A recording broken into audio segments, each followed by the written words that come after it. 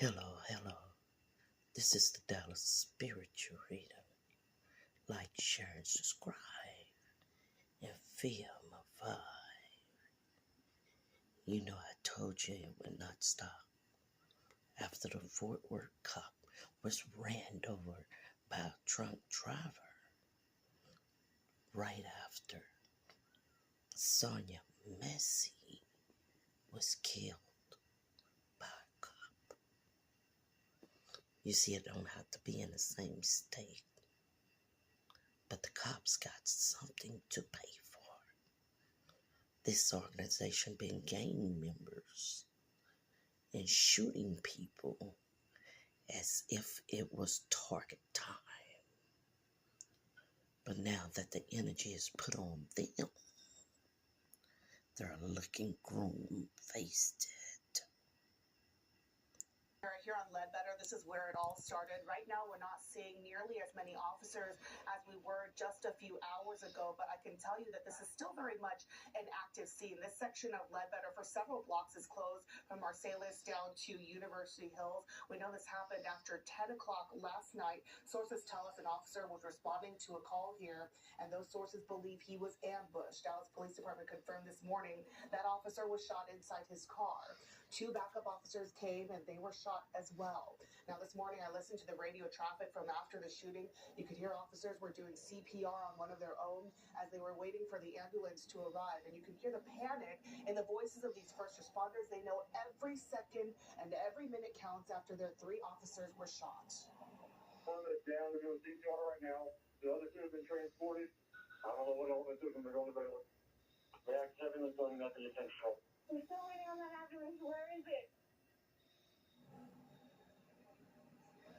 So as we all know at this point, one officer died. We know that two of them are still at Baylor downtown recovering. I can tell you what I know of their conditions, that one is critically injured while the other was shot in the leg and is expected to be okay. For now, I want to send it over to my colleague, Natalie Haddad. Dallas police officers jumped in their patrol units to chase the suspect who tried to get away in his own car. He drove north into Louisville. That brings us here along I-35E, North Stemmons Freeway. Still a very active scene behind me. In our frame right now, you can see a plethora of evidence markers. You can also see officers taking pictures of inside the suspect's vehicle. Also next to the suspect's vehicle is the weapon he used. You may be able to see that now if it's not too dark on your camera right now. Right now, Texas DPS, Dallas Police, and Louisville Police are all here. Now, WFAA obtained a letter sent to the Louisville Police Department from their chief. It says that just after the suspect shot the three Dallas police officers overnight, he began to flee, driving his car north. As we mentioned, Dallas police chased the suspect into Louisville.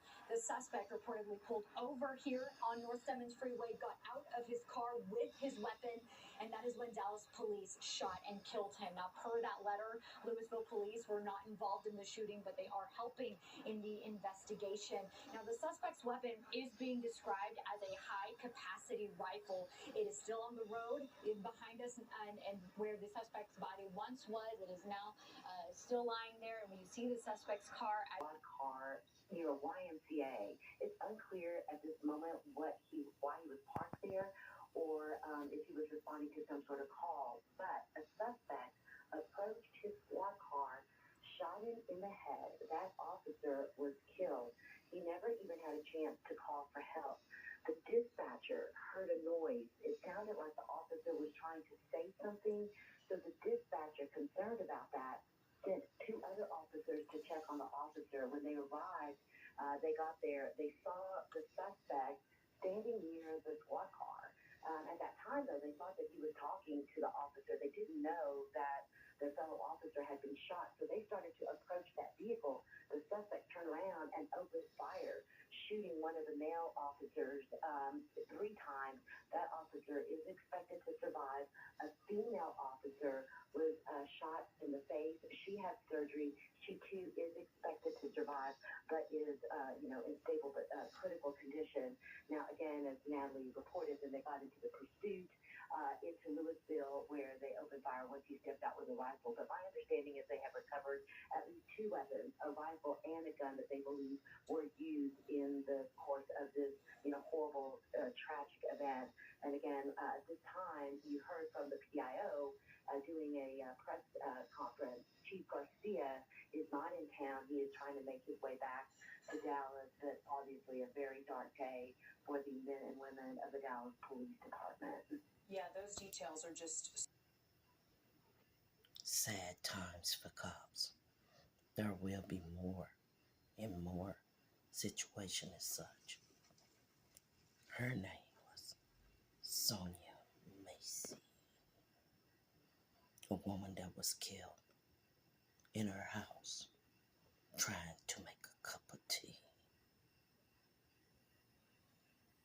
There will be more of these events. Fort Worth cop was just ran over by a drunk driver.